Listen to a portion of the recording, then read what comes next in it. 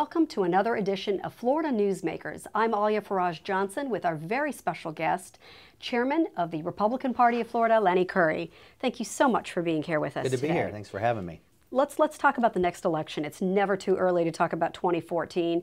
Do you believe that Republicans are in a pretty good position? You know, Governor Scott obviously seeking another term. 300,000 jobs, over 300,000 jobs created since Rick Scott's been in office with a Republican-led legislature. We've been paying down our debt. Florida's doing exactly what we should be doing nationally. We could be the model for Washington, D.C.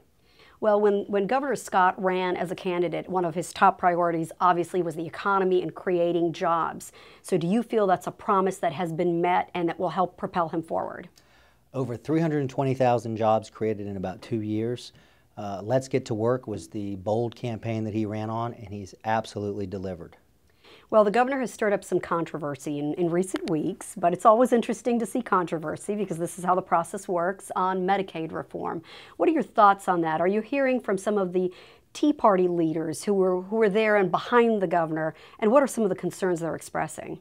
Well, here's what we know. Rick Scott has fought against this big government health care his entire career. First it was against Clinton Care, then it was against Obamacare, where he actually put his own money into it. So make no mistake about it, Rick Scott is not a proponent of Obamacare. But look, it's the law of the land. He was faced with a set of circumstances, no good choices, and he made the best decision he could with the data in front of him. Now, the House and the Senate will have to look at it and work through it as well. Whatever we come out with, Republican Party will emerge unified around job creation, educating our children, and being fiscally responsible in Florida. Well, there are rumors of some potential Republican candidates that may throw their names and their hats into the ring. What do you say to them? Rick Scott is our incumbent governor. Rick Scott is going to be our nominee. Our party is going to emerge unified into the 2014 election cycle. So let's start talking about some of the other polls that are out there. Former Republican governor turned Democrat Charlie Crist. You know, what are your thoughts there? Is he going to give you a sort of a run for the money? It's very, very simple if Charlie Crist should decide to run for governor. He's got a record. Rick Scott has a record. The record of Charlie Crist is over 800,000 jobs lost on his watch, unemployment that went from just over 3% to over 11%, an increase in the debt load by $5 billion.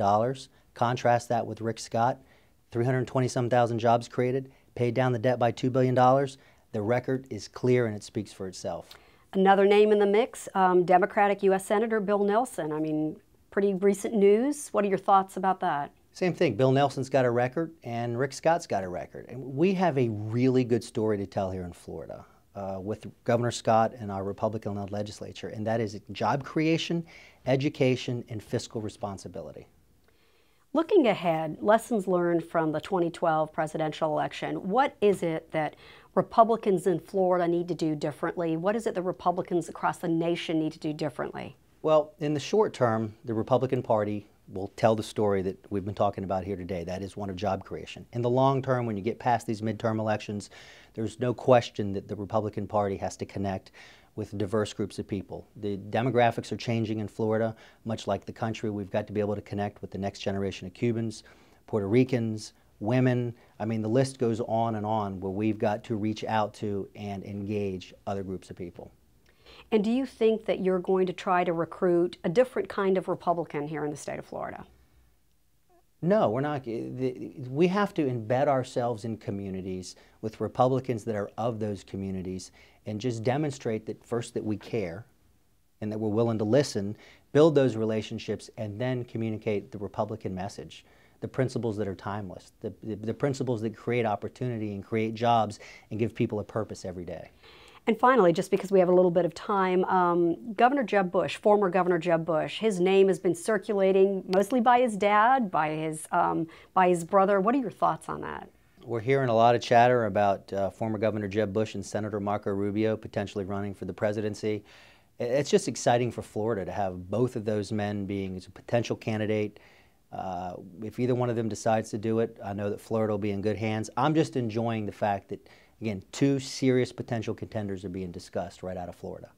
With that, thank you for joining us, and thank you, our viewers, and we look forward to seeing you next week.